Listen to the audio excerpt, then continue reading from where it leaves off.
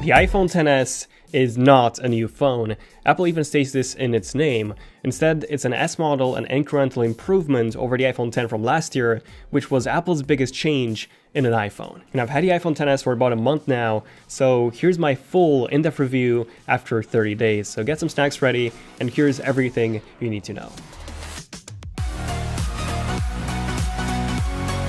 Okay, so starting off with the design, the iPhone XS looks pretty much identical to the iPhone X. Literally, the main difference is the new gold color that we get this year, and this one looks absolutely stunning. I mean, really, Apple has had many gold variants of the iPhones before, and the Apple Watch as well over the years, but this is the first time they've managed to nail this on the iPhone side. So the frame is made out of stainless steel and then anodized with this gold-like coating, but no, it's not real gold, it's just made to look like real gold. And it does that very, very well. And then the back now has this rose gold color. It's a bit hard to describe, but it's between gold and rose gold when it comes to the shade. And I do like this a lot. Now, I'm not really a gold type of person myself, so I do prefer the space gray variant, which is what I have on my iPhone XS Max. Full review on this coming in a few days, so definitely subscribe and tap that bell icon so that you get notified whenever that video, the full review on the iPhone XS Max, is out. And then aside from the new gold color, another design change, another design difference comes with the antenna lines. So we get two additional ones for that 1 gigabit LTE support, so one on the bottom left and then one on the top right. And this unfortunately does ruin the design by quite a bit. So the top portion doesn't look as clean as before, and then same applies to the bottom. So Apple even had to make one of the grills on the left shorter because of that. So I don't know, now it doesn't really match the right one, so this is a downgrade design-wise. Also, fun fact, if you do have some iPhone X cases, these would fit the iPhone XS, however, the camera cutout isn't the same as on the iPhone X, so that might cause an issue with some cases. So that was the design, but what about the actual display? Well, Apple now claims that the display has a higher dynamic range than on the iPhone X, and I can definitely say that it's not a mind-blowing difference, but the colors do indeed pop more. The brightness does indeed seem to be higher on the XS, and then the reflectivity has been decreased by a tiny bit. Now, the display panel itself is still 60 Hz and not a 120 Hz panel like some tech websites have been reporting. However, the touch input readout is at 120 Hz, which is, by the way, the same as on the iPhone X, so nothing is different from that. So the touch recognition is faster than on other smartphones, for example. Now, DisplayMate, who actually rate display panels, and they do some really in-depth analysis on their website, they rated the iPhone X displays, the XS displays, as the best display on a smartphone. This, by the way, was shortly dethroned by the Pixel 3 like a week later, so yeah. But I really have no complaints with the display on this thing. It's finally an OLED panel manufactured by Samsung, but according to Apple's requirements and design. And then this display is also bent on the inside. This is how Apple manages to achieve that no-chin design, which none of the Android manufacturers have been able to do yet. Now, my only complaint with this display is mostly how the notch hides a large part of the content. So, for example, when you're watching a video in 16:9 in full screen, it would cut out a large portion of that. This could be solved by making the phone wider, as at the moment the iPhone XS is basically the same width as an iPhone 8, just a longer display because of the removal of the top and bottom bezels. But nonetheless, the iPhone XS, same as the iPhone X from last year, is quite easy to use with one hand, so if you've been looking for a phone that you could use with one hand, well, this is pretty good in terms of that. So what about a camera?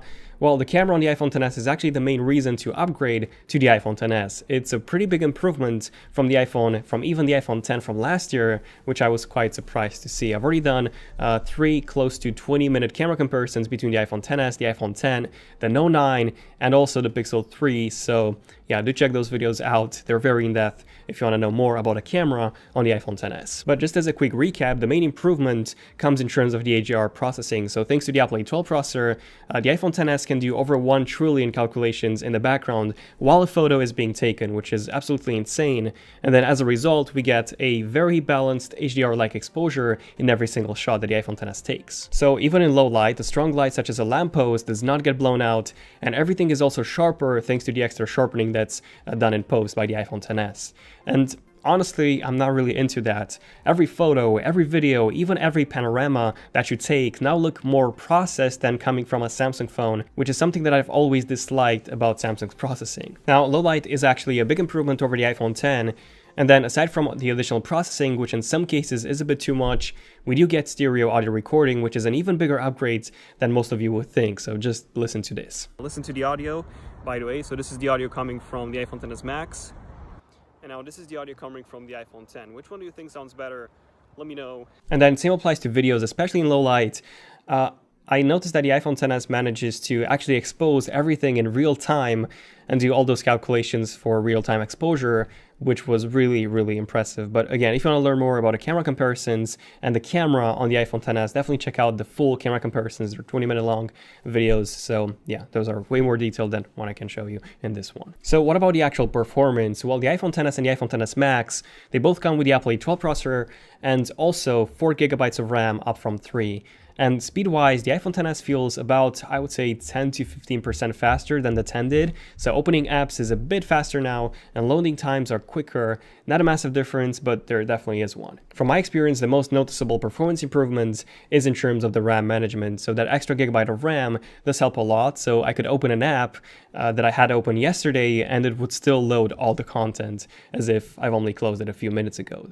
Also, detailed Zonotech speed tests coming soon, in case I haven't already done a few of those. And then the neural engine has also been improved, so now it has 8 cores and can perform up to 5 trillion calculations per second versus 600 billion that the Apple A11 chip could do.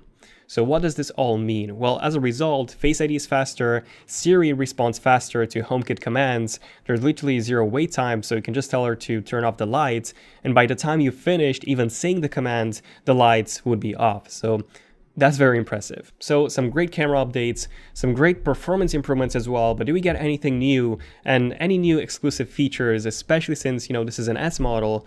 Well, we don't really get a major S feature like we had, the big speed improvements with the iPhone 3GS over the 3G, or Siri in the iPhone 4S, or the fingerprint reader in the iPhone 5S, or 3D Touch in the iPhone 6S. But we do get a number of small to medium-sized improvements and new features. So, for example, the speakers are quite a bit better than on the iPhone X from last year. They're not just louder, but the acoustic range has been improved, so here's a sound test. Here's what you can expect from that, and if they don't have an October event, then here's at least what you can expect from all these products. So yeah, get some snacks ready. Here's what you can expect from that, and if they don't have an October event, then here's at least what you can expect from all these products. So yeah, get some snacks ready. And then the iPhone XS does get IP68 water resistance, so now you can submerge it in up to 2 meters of water, up to 30 minutes. That's from up to 1 meter, up to 30 minutes. Apple, by the way, also stated that the iPhone XS is now saltwater proof, orange juice proof, even beer proof. So yeah, in case you have a big swimming pool full of beer, now your iPhone can actually survive in that. However, water damage is not covered under warranty. So even though your iPhone will survive in water up to 2 meters of depth, up to 30 minutes, if it breaks, well, Apple won't repair or even replace it for you. So this completely kills the point of even having a water-resistant phone in the first place.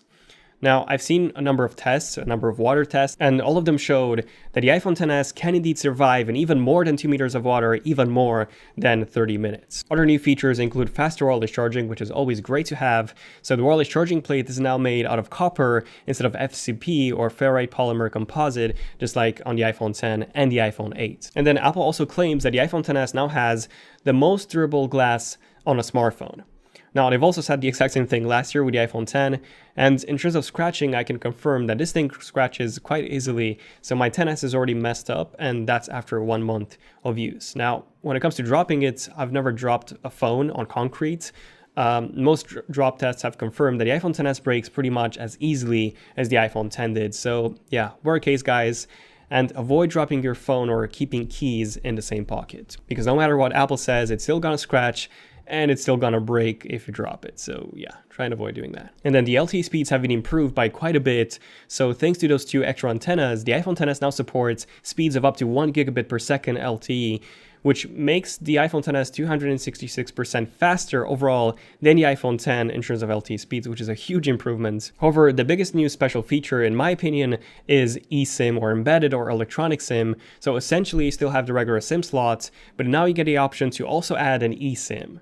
Now, eSIM support isn't available yet, it's not enabled, so it would be coming in a future update, possibly iOS 12.1. But this is huge, guys, so you can select your carrier straight from settings, just like you can do on the iPad Pros, for example. And the best part about this is that if your phone gets stolen, you'll still be able to track it because the SIM is not removable. So yeah, that's what an eSIM is. It's always embedded into the phone.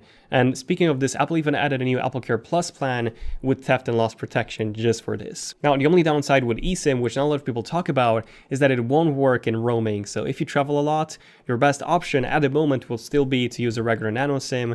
But in a few years from now, especially if all the manufacturers start adopting this, eSIM and phone thefts, well, eSIM would be the only way SIMs would be integrated into your smartphone, and because of this, phone thefts would go down significantly. Okay, so what about the battery on this thing?